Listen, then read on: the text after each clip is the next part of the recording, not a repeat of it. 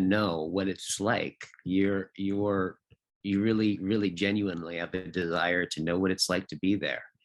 And that starts to speak to the other side of the practice, right? Which in my view is really the essence of circling, which has to do with a profound sense of listening. And it all to me, the listening aspect has been the most personally transformative part of circling. And I think that one of the things that that's some of my concerns about circling that I've seen around is that if that's not a real emphasis of the practice,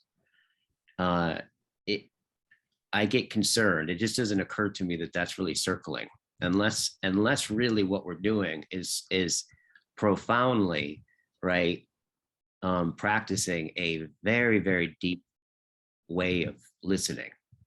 And if you think about that, really, if you kind of think about what listening is, listening is really quite a profound thing. And what I mean by that is well, I'll put it like this. I think most people, when they think about listening is just simply trying to stay quiet until the other person gets done talking, right? And they usually conceptualize it like, in some sense, it's like being an empty head, and that like just letting your words kind of pour into me or something like that. And the more empty my head is, right, the better listener I am. But when you look at the phenomenology of listening is nothing like that, right? And one way to get at that is that, so like, for example, as I'm talking and you're listening to me, if some idea I say or something like that, or for whatever reason you start to have a thought, right? And then as you're thinking, all of a sudden you recognize, oh shit, I stopped listening to you. What that shows is that there's this deep coupling between thought and listening. Like whatever it is that thinks and whatever it is that listens can't happen at the same time.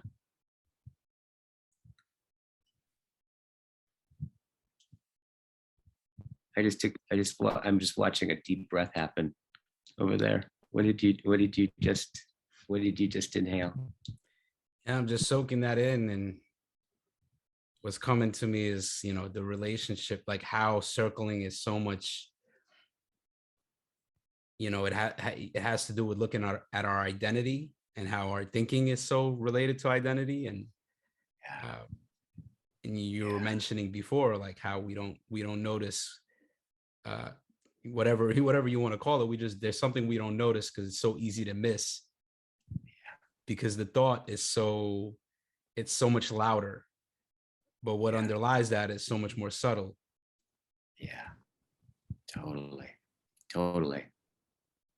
And so in some sense, in a way, you could say to listen to you, and in some way is to give you, in some sense, it's to give you my mind, right?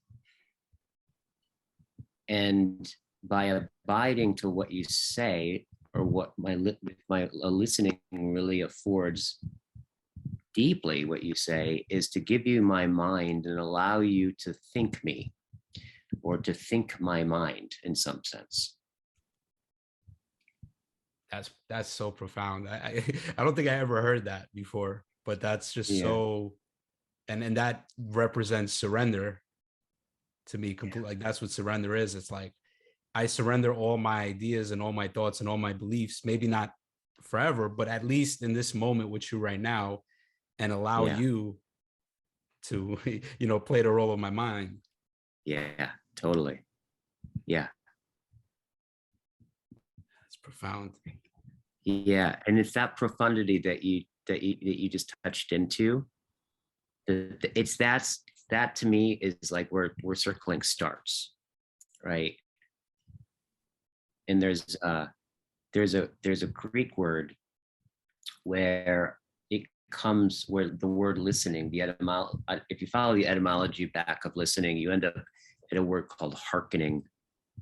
And hearkening is the Greek word, and I think and you'll appreciate it based on what you just, I think I just heard you say, which means it's a deep kind of almost spiritual obedience, hearkening, right? So to hearken back to something, or to hearken to something. In some sense, and if you think about what if you look through, your immediate association with the word obedience, I mean, my immediate association with obedience is like some version of misbehaving and having to behave and getting in trouble if I don't, right? But if you look at it, at obedience as an act of your freedom, you realize to truly obey, right, can only come from one's deepest freedom. And that like no one can really make you completely obey, right?